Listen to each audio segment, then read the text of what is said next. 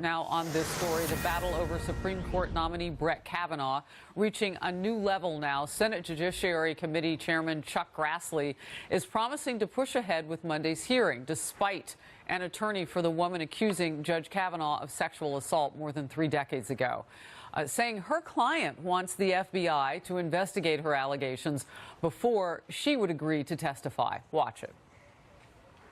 Any talk of a hearing on Monday, frankly, is premature because she just came forward with these allegations 48 hours ago. And since that time, she has been dealing with hate mail, harassment, death threats. There hasn't been an investigation, and these are serious allegations. So if the senators who have come forward and said they want to treat this seriously mean that, then they'll have an investigation of these allegations so that we all go into this more informed.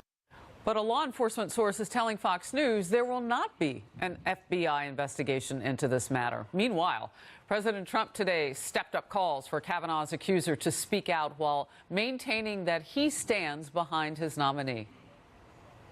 If she doesn't show up, that would be unfortunate. I'd really want to see her. I really would want to see what she has to say. But I want to give it all the time they need. They've already given it time. They've delayed a major hearing. And really, it's up to the Senate. And I really rely on them. I think they're going to do a good job. When I tell you the facts are changing quickly on this, I mean it. Chief Congressional Correspondent Mike Emanuel live on Capitol Hill with the tippy-top very latest. Harris, good afternoon to you. The Senate Judiciary Chairman is still holding out hope that Professor Christine Blasey Ford, Judge Brett Kavanaugh's accuser, will have a change of heart and will come up to Capitol Hill on Monday. Where I'm focused right now is doing everything that we can to make Dr. Ford comfortable with coming before our committee, either in an open session or a closed session or a public or a private interviews. We don't have any problem with Kavanaugh coming. The only problem we have, in order to make it a fruitful hearing, is to hear from both sides. South Carolina Republican Senator Lindsey Graham says requiring an FBI investigation of a 36-year-old allegation without specific references to time or location is about delaying the process until after the midterm elections. Arizona Republican Senator Jeff Flake tweeted last night, "When Dr. Ford came forward, I said that her voice should be heard and asked the Judiciary Committee to delay its vote on Judge Kavanaugh. It did so. I now implore Dr. Ford to accept the invitation for Monday. In a public or private setting, the committee should hear her voice." The attorney for Professor Christine Blasey Ford has argued a full investigation by law enforcement officials will ensure that crucial facts and witnesses are assessed in a nonpartisan manner before conducting any hearing. A New York Democrat senator moments ago is defending Dr. Ford's position. I think saying you either testify on Monday or not be heard, I think is fairly outrageous. And what's really shocking to me is that there is a normal process for a Supreme Court justice nomination. And it starts with an FBI background check on all allegations, just to understand the nominee's background, what they've done, and whether they're fit to serve on the Supreme Court. Republican committee sources tell Fox they're willing to go to California to interview Dr. Ford if she is camera shy about the bright lights of a Capitol Hill hearing. If not, it sounds like a lot of Republican senators are ready to move forward. Harris? Mike Emanuel, thank you very much. Now let's bring in Republican Congressman Jim Renacci of Ohio. He is running for U.S. Senate there, and if he wins, he would be voting on Judge Kavanaugh's nomination if this drags out past the midterm elections. Great to see you today. Thank you for joining. My first question has to do with what happens if this accuser does not show up on Monday or at any point.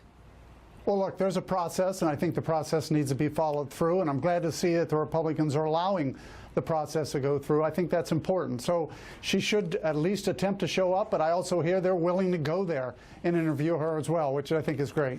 Yeah, so that's been the news, as I called it, that keeps moving today, is the acquisition of her testimony, and now it's being talked about on the Hill, as I understand it, and from our reporting, that there would be a staff of people who would go out to depose her or meet with her wherever she would want, either in her hometown or elsewhere.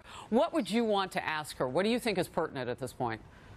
Well, look, this is a standard of conduct, and as the Democrats continue to say, there's a standard of conduct, and that's what concerns me so much. If we're going to hold people to a standard of conduct, we should be holding everyone to a standard of conduct in public office. I'm running against somebody in the Senate who has already had alleged issues, and yet we're talking about unsubstantiated issues. So let's talk to her. Let's give her an opportunity to make sure she can talk about a case, talk about an instance, and come out and see if they are substantiated. I think that's the key. Congressman Renacci, are you at all concerned that Senator Dianne Feinstein, who clearly had this information early on, did not bring this up at the hearing where we saw Judge Kavanaugh? I mean, she easily could have said, and from folder number 3, my question, and that didn't happen.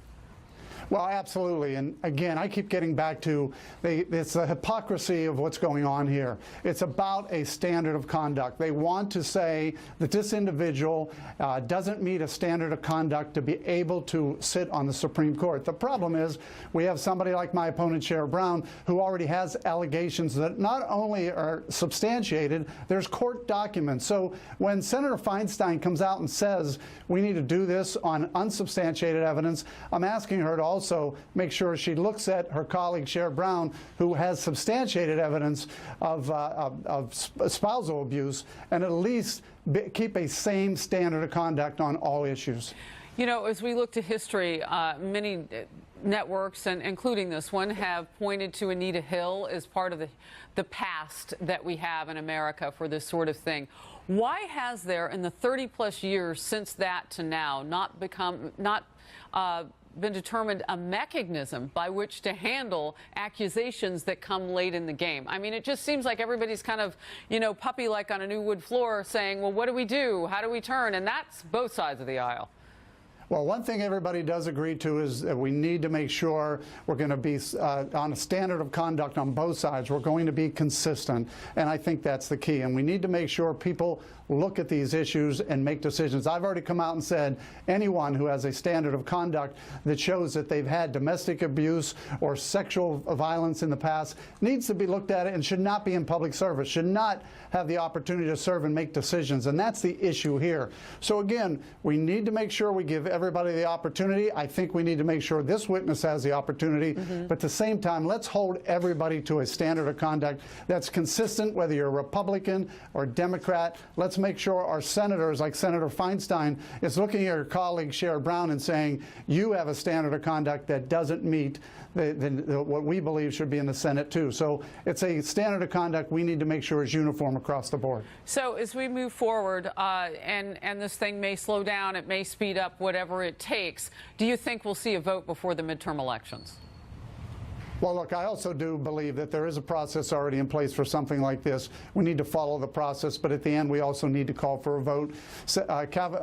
Judge Kavanaugh has already had multiple FBI background checks. We need to get through this process. We need to let this individual be heard, the doctor be heard, but at the same time, we need to get the vote done as well. All right. Congressman Renacci of the great state of Ohio, thank you very much for joining me. Thank you.